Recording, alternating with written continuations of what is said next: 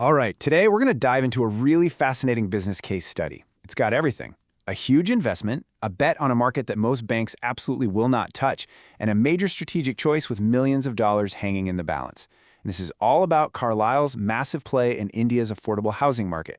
So let's just start with the number that gets everyone's attention: $230 million. That's the amount the private equity giant, the Carlyle Group, put on the table to take over a company called Nido Home Finance.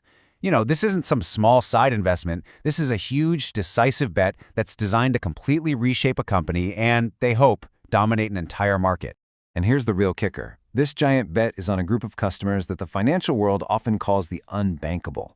Now, we're talking about people who are absolutely essential to the economy. Your small shop owners, delivery drivers, local craftspeople, but they're practically invisible to traditional banks. So the big question, right from the get-go, is this a stroke of genius or is it a crazy gamble? Would you make this bet?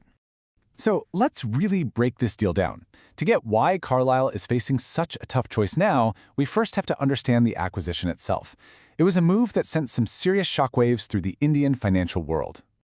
Okay, check out the key players here. The Carlyle Group, a massive global investor, didn't just invest, they went all in, buying a controlling 73% stake in Nido Home Finance. And Nido's whole thing, their specialty, is giving home loans to self-employed folks, this huge group of people who operate in what's called the informal credit segment. So what on earth is this informal credit segment? Well, just think about all the small business owners, freelance artists, drivers, millions and millions of people who have a steady income, but they don't have the official salary slips or long credit histories to prove it. They're working hard, they're making money, but to a big, traditional bank, they just look like a giant question mark, a huge risk. Nido's entire business is built around figuring out how to lend to these people. And this slide right here tells you everything you need to know about Carlyle's strategy. Just look at that difference.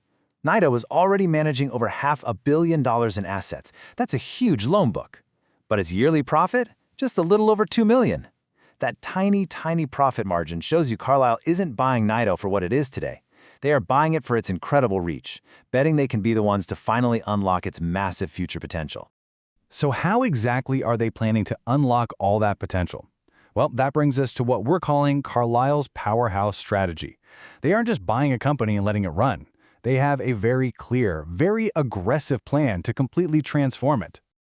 The game plan really boils down to 4 huge moves. First, pump $180 million of fresh cash right into the company's vans. Second, turn Nido from just a subsidiary into its own independent, powerful brand. Third, use all that cash to push aggressively into smaller cities where this informal market is absolutely booming. And finally, launch a huge digital overhaul to make their lending process faster, smarter, and way more scalable.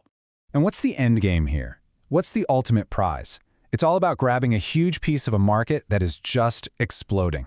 The affordable housing sector in India is projected to grow at over 13% every single year, all the way through 2030. We're talking about powerful, consistent growth. If Carlyle's big plan for Nido actually works, the payoff could be absolutely enormous. But here's where the plot thickens. This isn't just a simple story of growth. The very market that Nido is trying to conquer is facing a huge economic problem, what the source material calls the market squeeze. Okay, here is the problem in a nutshell. Costs are going up, but the price they can sell for is stuck.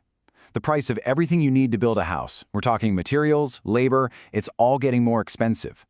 But for a house to be officially labeled affordable, it can't be sold for more than about $54,000. And that number isn't budging. So the builders, their profit margin is just getting crushed from both sides. And that squeeze creates this dangerous chain reaction of risk for Nido. First off, when the developer's profits get squeezed, projects might get delayed, or maybe they cut corners on quality. Second, all this pressure makes it more likely that the people who buy the homes will have trouble paying back their loans. And on top of all that, Nido is already carrying some baggage from its past.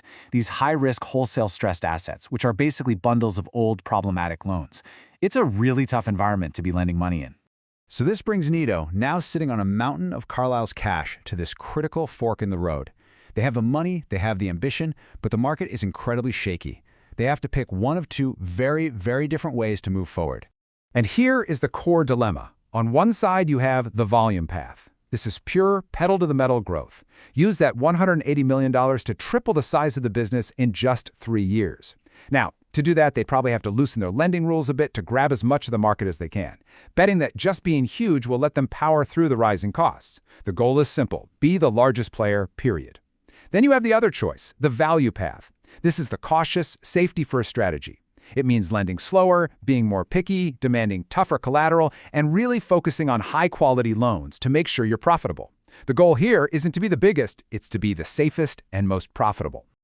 So now we're going to turn the question over to you. I want you to imagine you're on the advisory board for Carlyle and the new bosses at Nido.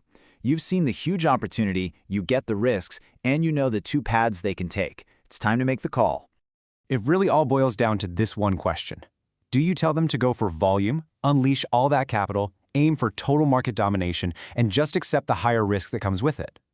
Or do you recommend the value path? Build a financial fortress, prioritize safety above all else, but risk losing ground to competitors who are moving faster. Growth versus safety. What's the right move? And that leaves us with one final, bigger thing to chew on. When you're playing in a market that's growing at more than 13% a year, is taking on massive risk just part of the game? Is it a feature you need to embrace to win? Or is it a fatal flaw, a bug in the system that could bring the whole thing crashing down? That's the billion-dollar question right at the heart of this entire deal.